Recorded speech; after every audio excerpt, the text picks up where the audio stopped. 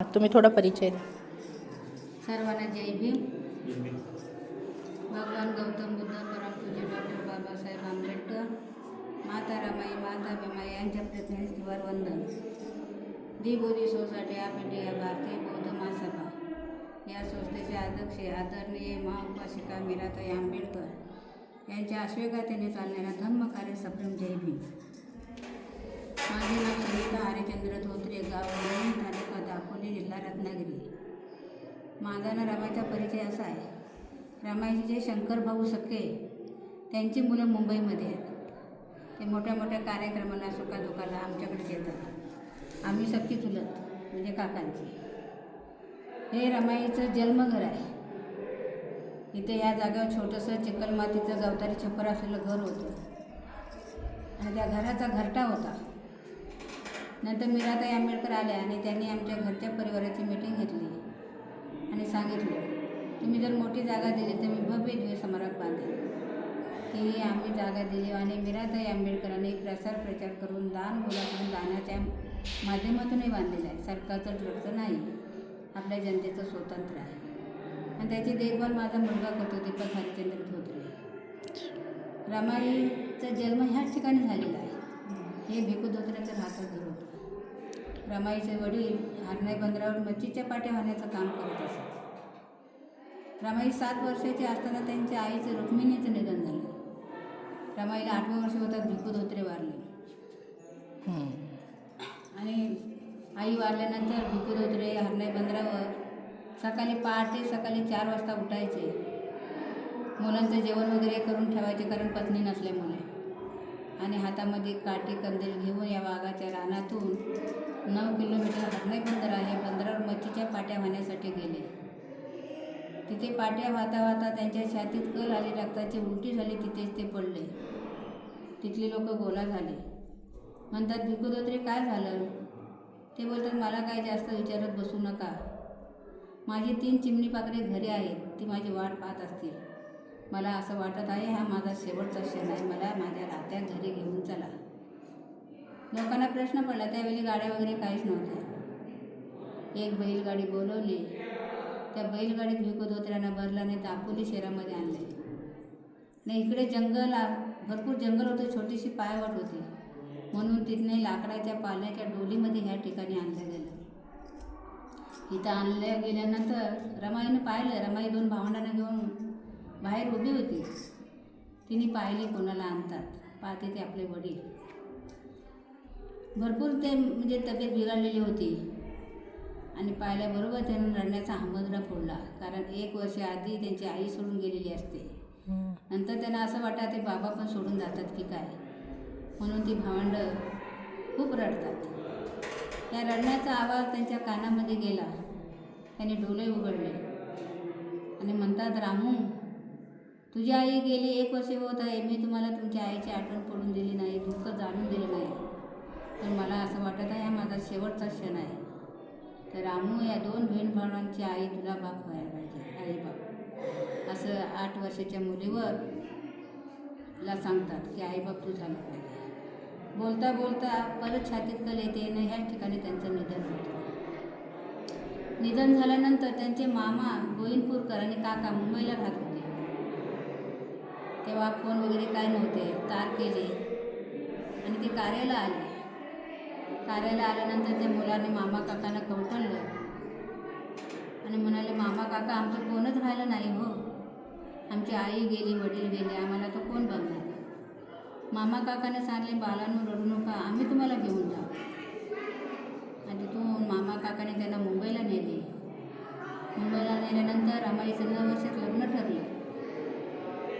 आणि इकडे रामजी सुभेदार आपल्या विवाहाला मुली पाहत होत्या. 2 मुली पाहिल्या होत्या त्यांनी. 1 मुलीची साखरपुडा जमला ठरला होता. नंतर त्यांना समजलं, कारण रामजी सुभेदारांच्या मित्रांनी पाहिलं होतं रमाईला.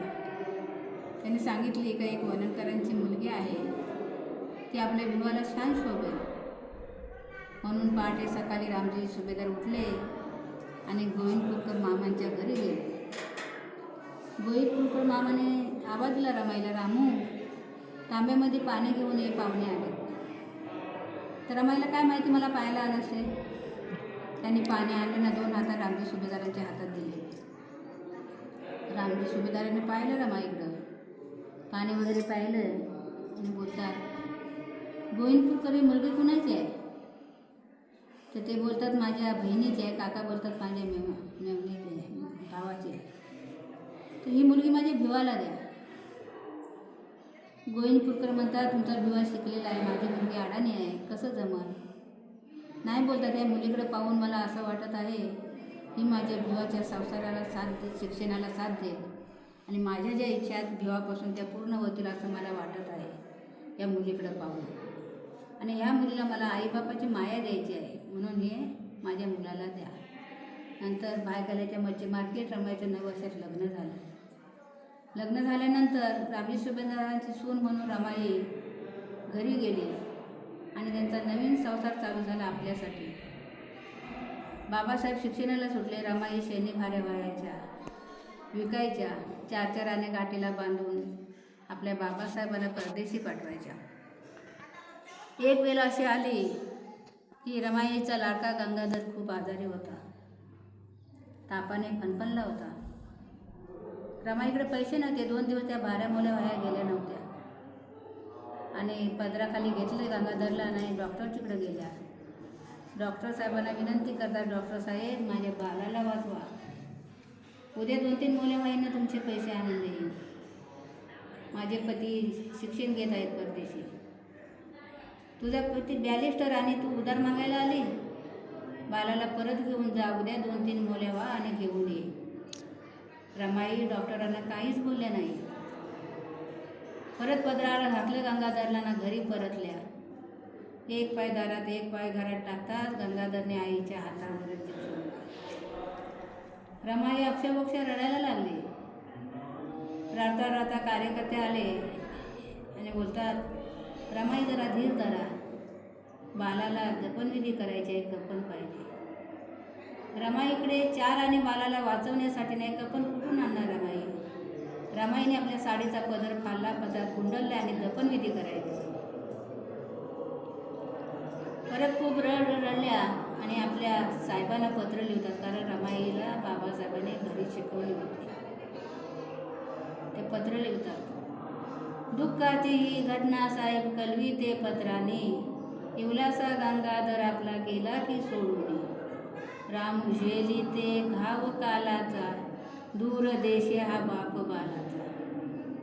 बाबासाहेब रमाईला तिकडून पत्राने धीर देतात, अगं रमा रडू नको, रमा रडू नको, लाखो गंगाधर तयार होतील, ताय पोटात सूट बिटात फिरतील, ते आपले लेख असतील.